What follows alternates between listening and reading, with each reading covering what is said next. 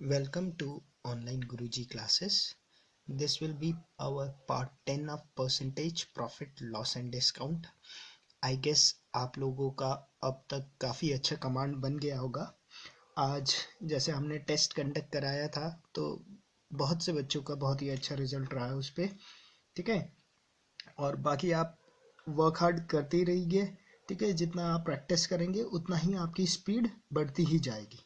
ठीक है, और ज्योमेट्री के लेक्चर कल रात से अपलोड होने शुरू होंगे क्योंकि अभी मेरे पास एनसीईआरटी की बुक्स भी नहीं है. तो कल दिन में मैं एनसीईआरटी की बुक ले लूँगा. ठीक है, उसके बाद हम अपना ज्योमेट्री स्टार्ट करेंगे. ठीक है, क्योंकि थियोरेटिकल सेक्शन तो हम एनसीईआरटी से ही कवर कर लेंगे, उतना आप लोगों के लिए काफ़ी है. बाकी प्रैक्टिस क्वेश्चन हम काफ़ी करेंगे ज्योमेट्री में. ठीक है, मैं ट्राई करूँगा कि आने वाले हफ्ते में हम ज्योमेट्री को मैक्सिमम कवर करने की कोशिश करें. ठीक है, कोशिश यही रहेगी कि आने वाले हफ्ते में, ठीक है, मतलब संडे तक हम क्या करें, ज्योमेट्री को ख़त्म भी कर दें. ठीक है, ज्योमेट्री में आई गेस आप लोगों के 20 वीडियो तक बनेंगे. ठीक है, और हम ट्राई करेंगे कि ज्योमेट्री को जल्दी से जल्दी ख़त्म कर दें. ठीक है, ताकि आपका सिलेबस टाइम से पहले हम ख़त्म कर सकें. ठीक है, ओके. क्योंकि इस वीक पे काफ़ी छुट्टियाँ भी है तो मेरे पास भी काफ़ी फ्री टाइम रहेगा. ठीक है, तो हम ज्योमेट्री को ख़त्म करने की कोशिश करेंगे. ओके, चलो अब ये देख लेते हैं. आज परसेंटेज ही डिस्कस करेंगे.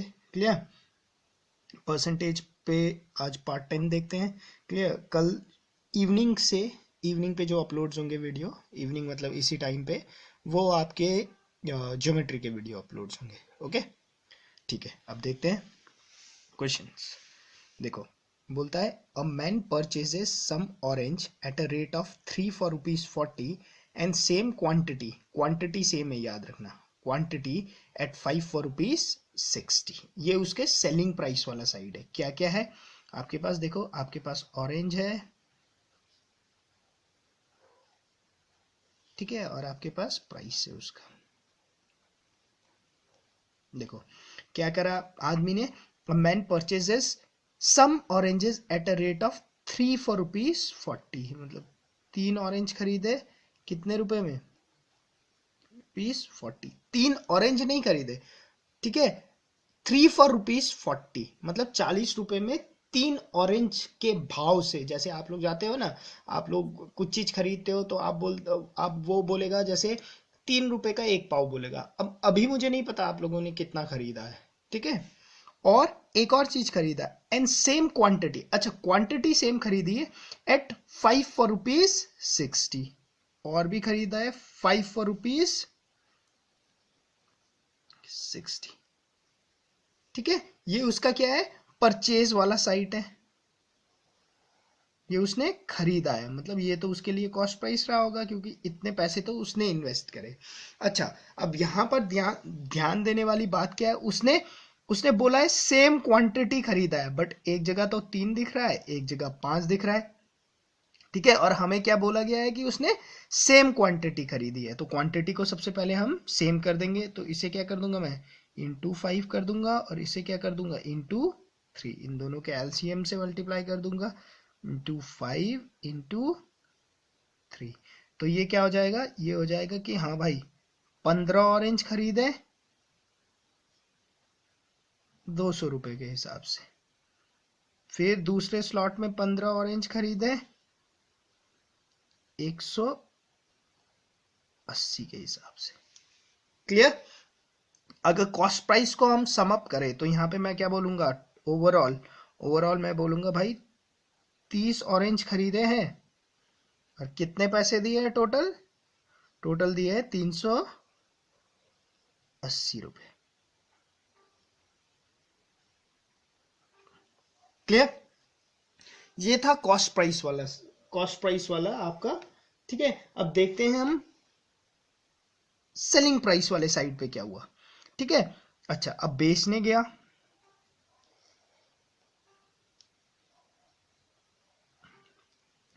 if he sells all the oranges at a rate of 3 for ₹40,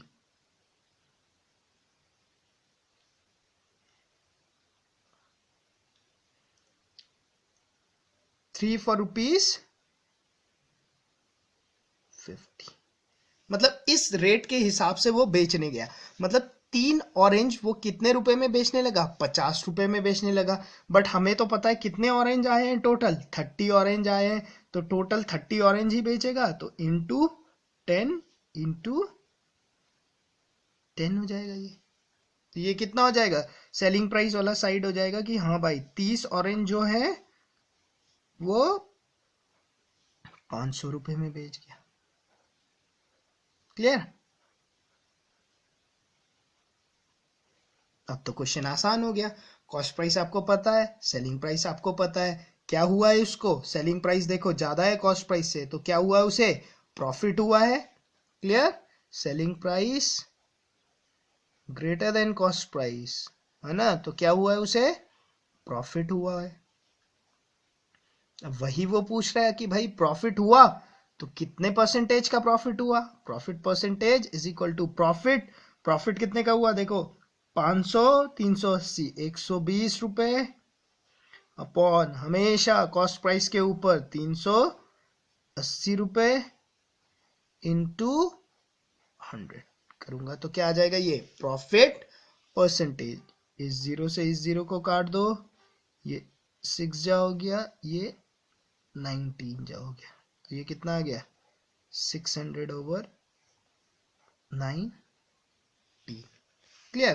करके देख लो 600 को 19 से डिवाइड। 600 डिवाइड बाई 19, 19 3 जा 57, बचा कितना? 3 0। 19 1 जा 19, 1 1 पॉइंट लगाया 0। 19 5 जा 19 5 जा कितना होता है? 95 190, हाँ 95, बचा कितना? 15। ठीक है, तो अब 150 ये हो जाएगा, तो लगभग एक एक्स क्योंकि 31.50 से ऊपर जा रहा है तो इसे राउंड ऑफ करूंगा। क्योंकि ऑप्शन देखो, ऑप्शन क्या है, काफी क्लोज ऑप्शन दिया है वैसे, 32% प्रॉफिट और 31% प्रॉफिट। ठीक है, वैसे राउंड ऑफ करने पे आप 32% प्रॉफिट में जाओगे, क्योंकि 0.50 से ऊपर चले गया तो आप 1 की तरफ राउंड ऑफ करते हो। बट इतने क्लोज ऑप्शन नहीं देने चाहिए। I guess option should be like 31.5%, ऐसा देना चाहिए। बट क्योंकि ये ऑप्शन दिया आपके सीजीएल का ही क्वेश्चन है, ठीक है, सॉरी, तो आपका आंसर क्या होगा? 32% profit. Clear? I guess clear हो ही गया होगा। अब तो आप लोगों के कंसेप्ट काफी स्ट्रांग हो गए होंगे, मुझसे भी ज्यादा स्ट्रांग कंसेप्ट हो ही चुके होंगे। ठीक है, क्योंकि आप लोग तो अभी फेज में हो जहाँ प्रैक्टिस कर रहे हो ज्यादा से ज्यादा क्वेश्चन। ठीक है, मैं तो अब प्रैक्टिस भी नहीं करता। ठीक है, तो मेरे तो कंसेप्ट अब खत्म होते ही जाएंगे धीरे धीरे। उससे पहले ही मैं आप लोगों के साथ सारे कंसेप्ट शेयर करना चाहता हूँ। क्लियर? ओके, नेक्स्ट क्वेश्चन देखते हैं। Question number 2। तो ये ना कैमरे की क्वालिटी ये ना बहुत ही डल है। एक second. Okay, a dealer fixed the price of an article 40% above the cost of production. While selling it, he allows a discount of 20% and make a profit of 48 rupees. The cost of production of article. ठीक है, देखो markup करा हुआ है। ठीक है, तो क्या करा शॉपकीपर ने? देखो मैंने बताया आपको, ये बस आप लोगों को बस आंख बंद करके यही बना लेना है। ठीक है, शुरू द कॉस्ट ऑफ प्रोडक्शन, मतलब कॉस्ट प्राइस पूछी गई है, तो मैंने मान लिया 100x। अब यहां से आपको पता है कॉस्ट प्राइस से क्या मिलता है मुझे? मार्कअप मिलता है, मार्कअप में डिस्काउंट देके जनरली सेलिंग प्राइस मिलता है। बस ये फ्लो याद रखना है। क्लियर? अब देखो, अ dealer fix the price of an article 40% above the cost of production. कितने परसेंट से मार्कअप कर रखा है? 40% से। 100x का 40% कितना होगा? 40। तो कितना हुआ मार्क प्राइस, कितना रखा है मतलब 140x। क्लियर? आगे बढ़ते हैं। वाइल सेलिंग इट, अब जब बेच रहा है, it he allows a discount of 20%। अब क्या कर रहा है? 20% का क्या कर रहा है? यहाँ पे डिस्काउंट देता है।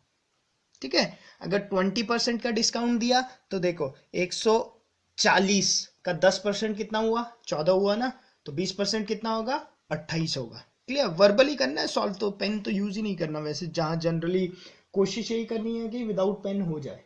क्लियर, तो कितना हुआ 140 का 20% 28, और 140 में से इतने का 20% का डिस्काउंट मतलब 80 का सॉरी 28 का डिस्काउंट दे रहा है, तो रिमेनिंग कितना हो गया सेलिंग प्राइस, सेलिंग प्राइस हो गया 112x। क्लियर, अच्छा, तो यहां पर मतलब अगर ये डील देखूं मैं तो कितने का प्रॉफिट आ रहा है उसे, प्रॉफिट कितने का, देखो कॉस्ट प्राइस है 100x, सेलिंग प्राइस है 112x, तो कितने का प्रॉफिट है, 12x का प्रॉफिट है। कितने का प्रॉफिट है, 12x का प्रॉफिट है। क्लियर, यही तो प्रॉफिट है। बट क्वेश्चन में क्या बोला है हमें, क्वेश्चन में तो बोला है कि भाई कितने का प्रॉफिट बना रहा है वो, प्रॉफिट ऑफ 48x। इसका मतलब क्या है, इसका मतलब तो यही हुआ कि जो मेरा 12x है ये कितने के बराबर है, 48 के बराबर। तो x मेरा कितने के बराबर हो गया, 12, 4 जा 48 होता है। अब इस x की वैल्यू इस कॉस्ट प्राइस पे रख देते हैं, तो कॉस्ट प्राइस कितना आ गया मेरे पास, 400। Simple, the cost of production of article is C, 400।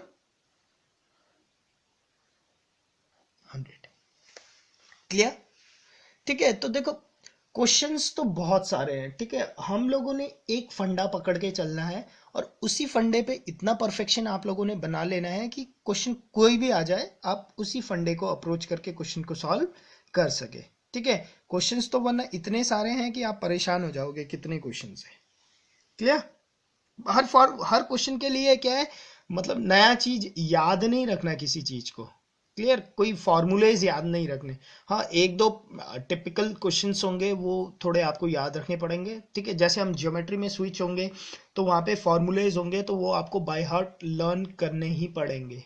ठीक है, थ्योरेटिकली मैं आपके साथ डिस्कस तो कर सकता हूँ कि वो फार्मूला कहाँ से डिराइव्ड हुआ, ठीक है, कैसा वो फार्मूला आया, बट इतना टाइम तो है नहीं हमारे पास। ठीक है, प्री के बाद जब हम लेक्चर डिस्कस करेंगे ना, उस पर हम ये सारे थॉरो डिस्कस करेंगे फिर हम। ठीक है ना, हम एकदम डीप लेवल तक जाके एकदम कैट लेवल तक के क्वेश्चन डिस्कस करेंगे। ठीक है, ताकि जब आप मेंस का पेपर लिखो तो अगर बाई चांस पेपर टफ भी आ जाए तो आप लोगों को कोई प्रॉब्लम फेस नहीं होनी चाहिए।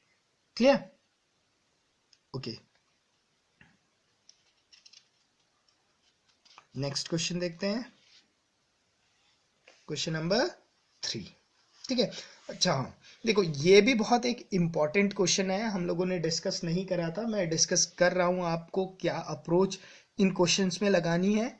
ठीक है, देखो क्या जनरली जब इस टाइप के क्वेश्चन आते हैं तो आप लोग यही अप्रोच लगाने की कोशिश कीजिएगा। I guess this is the not the best approach I will say, but सबसे सही अप्रोच यही रहेगा। ठीक है, वरना बहुत सारे फंडे से हो जाते हैं ये क्वेश्चंस। ठीक है, बट आप यही याद रखिएगा, इस पे आपको याद रखने के लिए क्योंकि कुछ भी नहीं होगा।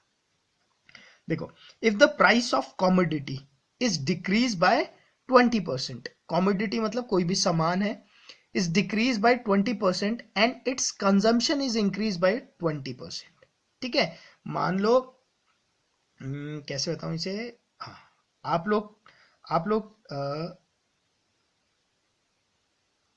कैसे बताऊं, आप लोग खाते हो, मान लो चॉकलेट खाते हो। ठीक है, तो ये वो आ गया, चॉकलेट आ गया, और आप दिन भर में चॉकलेट का कंजम्पशन करते हो, चॉकलेट खाते हो, उसके कारण आपका क्या होता है, खर्चा होता है। ठीक है, मान लेता हूं चॉकलेट 10 रुपए का है और आप दिन भर में 10 चॉकलेट खाते हो, तो आपका टोटल खर्चा कितना होगा, 100 रुपए का होगा। यही तो होगा ना। क्लियर, बस अब यही यही क्वेश्चन है। ठीक है, द प्राइस ऑफ कॉमोडिटी, आपके पास एक कॉमोडिटी में कुछ भी हो सकता है, the price of commodity is decreased by 20% and its consumption is increased by, और इसका आप कंजम्पशन है,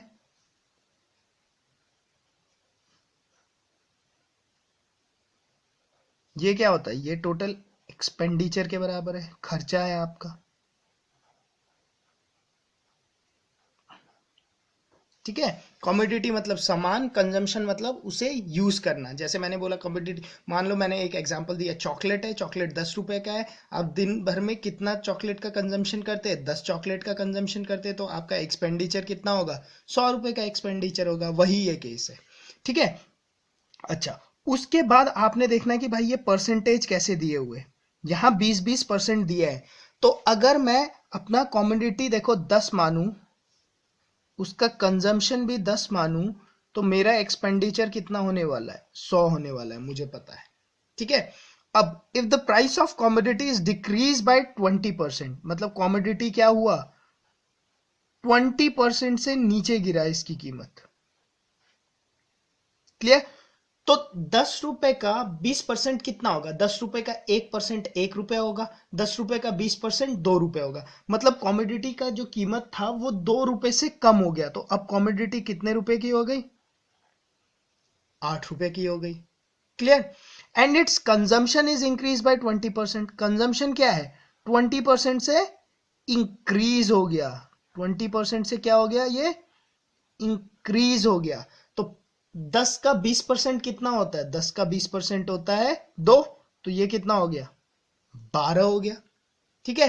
तो अब आपका एक्सपेंडिचर कितना आ रहा है, 12 इंटू 8, 12 इंटू 8 इज 96 आपका एक्सपेंडिचर आ रहा है, ठीक है। तो आपका एक्सपेंडिचर में क्या चेंज आया, एक्सपेंडिचर आपका 4% क्या हो गया, ड्रॉप हो गया, डिक्रीज हो गया, क्लियर, 4% डिक्रीज, ठीक है। अब देखो यहां पर मैंने 10 मान के 8% निकालना सिंपल था। अगर वैसे तो आप हर क्वेश्चन पे यही कर सकते हो, 10 into 10 is equal to 100 assume करके आप सारे क्वेश्चंस कर लोगे, ठीक है। मेरे हिसाब से पूरे ही क्वेश्चन कर सकते हो, सारे ही कर सकते हो। बट कभी कभी क्या होगा कि ये 20% की जगह ना लिखा होगा 25/2%, 25/2% मतलब 12.5%। तो 12.5%, अब 100 का 10 अगर मैं लू यहां पर, तो 10 का 12.5% निकालना थोड़ा टफ हो जाएगा, है ना। तो मैं क्या कर सकता हूं उस केस में, क्योंकि मुझे 12.5% निकालना है, तो मैं यहाँ 10 ना लेके मैं क्या लिख सकता हूँ यहाँ पे मैं 200 लिख सकता हूँ। 200 लिखूंगा तो 200 का 12.5% निकालना होगा, तो कितना होगा 200 का 12.5%, 100 का 12.5%, 1250, और 200 का 12.5% कितना हो जाएगा, 25, ठीक है। तो उससे आपको आसानी होगी। तो वो जो एडजस्टमेंट है वो तो आपने खुद ही करना है कि कैसे आप एडजस्ट करते हो। बट अगर मान लो आपको एडजस्टमेंट करना नहीं समझ में आ रहा, कोई नहीं, आप आंख बंद करके जो ये पैटर्न होता है P/Q = कॉन्स्टेंट पैटर्न, ठीक है। इसी फॉर्मूले का फंडा हम टाइम एंड वर्क के क्वेश्चन पे भी देखेंगे। क्यों, क्योंकि वहां पर क्या होता है, वहां पर यही होता है ना, speed is equal to distance upon time होता है, ठीक है। तो speed into time is equal to distance होता है। जनरली क्या होता है, जनरली क्वेश्चन में क्या होता है, डिस्टेंस तो कांस्टेंट होता है, ठीक है, क्योंकि ए से बी तक ही मूव कर रहा होता है।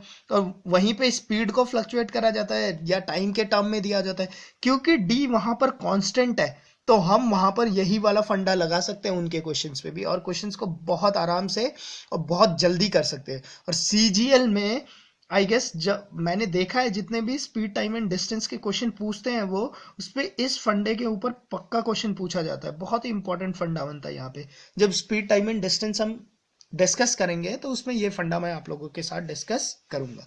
बट आप इसे याद रखिए, आपको अपने हिसाब से ये क्वांटिटीज को चेंज करना है। मैं इसी क्वेश्चन को 100 और यहाँ पर 10,000 लिख के कर सकता था। ये 100 होता, 20% डिप तो ये 80 हो जाता, ये 10 होता, 20% डिप तो ये 20% अब तो ये क्या हो जाता, 1200 हो जाता, फिर ये 9600 हो जाता, फिर मैं देखता कि भाई कितने का डिक्रीज है। बट ये है कि एक फायदा 10 इंटू 10 में ये है कि आपको यहाँ पर क्या मिलता है, सीधा बेस क्या मिलता है, 100 का बेस मिलता है। और 100 का बेस है तो आपको पता है, आपको वो सीधा सीधा यहाँ पर दिखेगा कितने का डिक्रीज है। देखो डायरेक्ट जो डिफरेंस होगा वही डिक्रीज होगा, इसलिए 10 इंटू 10 रिकमेंड वैल्यू है मेरे एंड से। तो क्लियर, ओके, नेक्स्ट क्वेश्चन देखते हैं।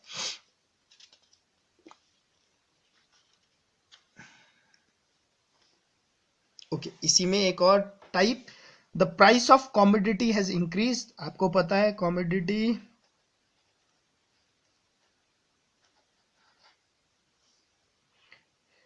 इन टूल्स का कंजम्पशन अगर मैं करूं तो ये क्या होता है, ये मेरा क्या होता है, एक्सपेंडिचर होता है। ठीक है, मैंने एग्जांपल्स से समझा दिया। अगर मैं 10 रुपए वाले 10 चॉकलेट खाता हूं तो मेरा एक्सपेंडिचर कितना है, 100 रुपए का है, सीधा आपस में मल्टीप्लाई होंगे। क्लियर। मैं तो वही फंडा यूज करता हूं। ठीक है, 10 × 10 = 100 मान लेता हूं इनिशियली।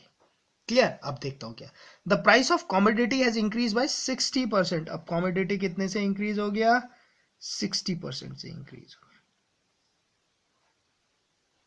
क्लियर। 60% से इंक्रीज हुआ तो 10 का 60% कितना हो गया, ये 6 हो गया, तो ये कितना हो गया, 16 हो गया। ठीक है, by what percent consumer reduce the consumption. अब बोल रहा है कि कंजम्पशन को कितने परसेंट से मैं घटाऊं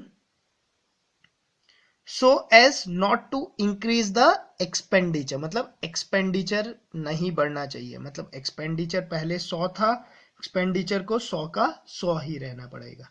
तो 16 इंटू, मैं इसे मान लेता हूं ये x है, तो 16 इंटू एक्स को क्या होना चाहिए, 100 ही होना चाहिए। तो ये x निकाल लेता हूं, x कितना हो जाएगा, x हो जाएगा आपके पास 100 डिवाइड बाय 16। 100 को 16 से डिवाइड करोगे कितना आता है 6 जा 96 और उसका 1/4, तो ये आएगा आपके पास 6.25। क्लियर।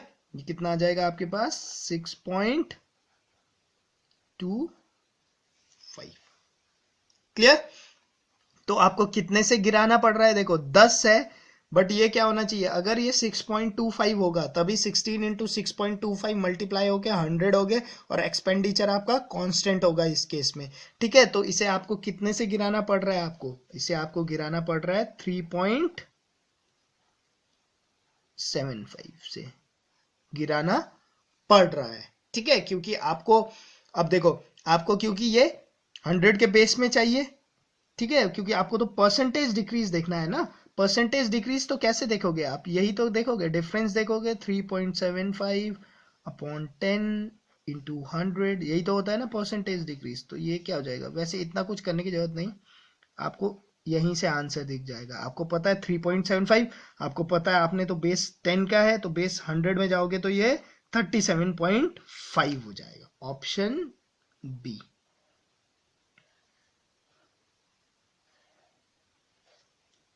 क्लियर। क्लियर। अब 10 इंटू 10 = 100 से ही चलो। ठीक है, उसी में ज्यादा फायदा है। ठीक है, ओके, नेक्स्ट क्वेश्चन देख लेते हैं।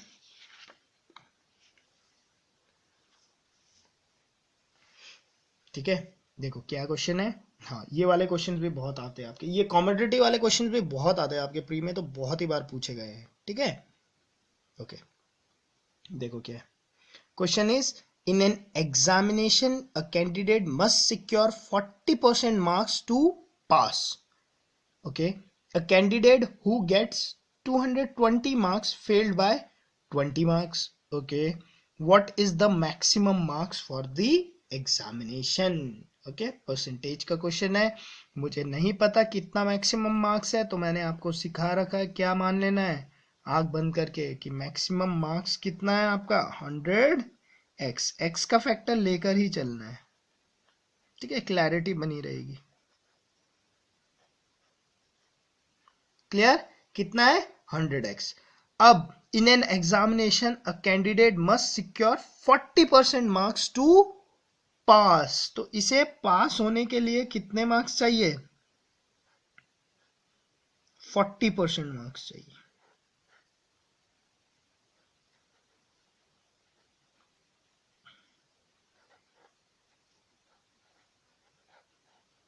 इसका मतलब अगर ये 40x मार्क्स लेकर आ जाता है तो ये क्या होगा, पास माना जाएगा। बट अब क्या होता है, एक कैंडिडेट है हु गेट्स 220 मार्क्स। ठीक है, एक कैंडिडेट है, उसे कितने नंबर मिले, 220 नंबर मिले एंड फेल्ड बाय 20 मार्क्स, और 20 मार्क्स से वो फेल हो गया। तो इसका मतलब क्या है, इसका मतलब यह है कि उसे और 20 मार्क्स मिल जाते तो वो पास हो जाता एकदम, ठीक है ना। यही तो बोला है कि एक कैंडिडेट है, उसे 220 मार्क्स मिले और वो 20 मार्क्स से फेल हो गया, मतलब उसके 20 मार्क्स कम रहे। इसका मतलब यही तो है कि अगर इस बच्चे को मैं 20 नंबर और दे दूं तो ये बच्चा पास हो जाएगा मेरा, क्लियर, जस्ट पास हो जाएगा, ठीक है। इसका मतलब 240 नंबर पे बच्चा पास होने वाला है, ठीक है। और आपको तो पता है 240, यहाँ पे आपको इस कंडीशन से पता है कि 40x में भी पास होता है, और यहाँ पर भी आपने निकाल लिया जस्ट पास का कंडीशन क्या है, 240x। तो इसका मतलब ये 40x किसके बराबर है, ये 40x 240 के बराबर है। तो x कितने के बराबर हो गया आपका, x हो गया आपका 6 के बराबर। तो क्वेश्चन में पूछा क्या है, मैक्सिमम मार्क्स, तो x को आप 6 डाल दोगे तो ये क्या आ जाएगा आपका, ये हो जाएगा आपका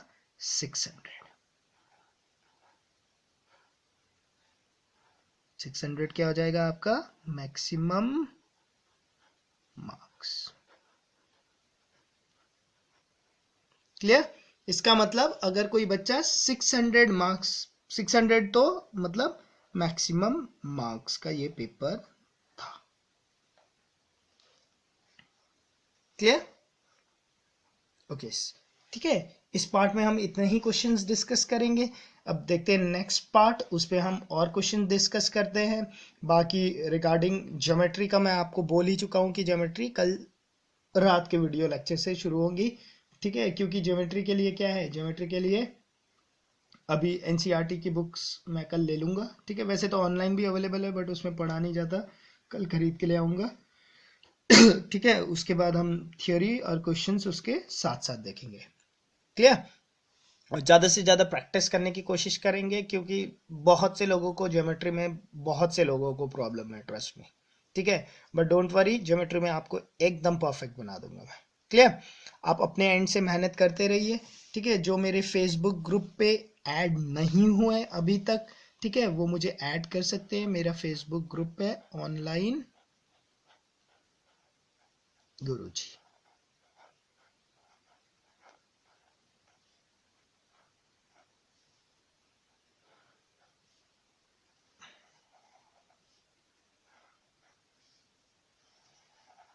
क्लियर। बाकी तो आप मेहनत करते रहिए अपने एंड से, ठीक है। पेपर आने वाले ही हैं, 48-49 डेज ही रह गए हैं, ठीक है। मेहनत करते रहिए और अच्छे स्कोर के साथ प्री को क्लियर कीजिए, फिर मेंस के टाइम पे तो हम बहुत अच्छी प्रैक्टिस और करेंगे, ठीक है, और आप क्लियर भी कर लोगे एग्जाम, ठीक है। Okay, thank you.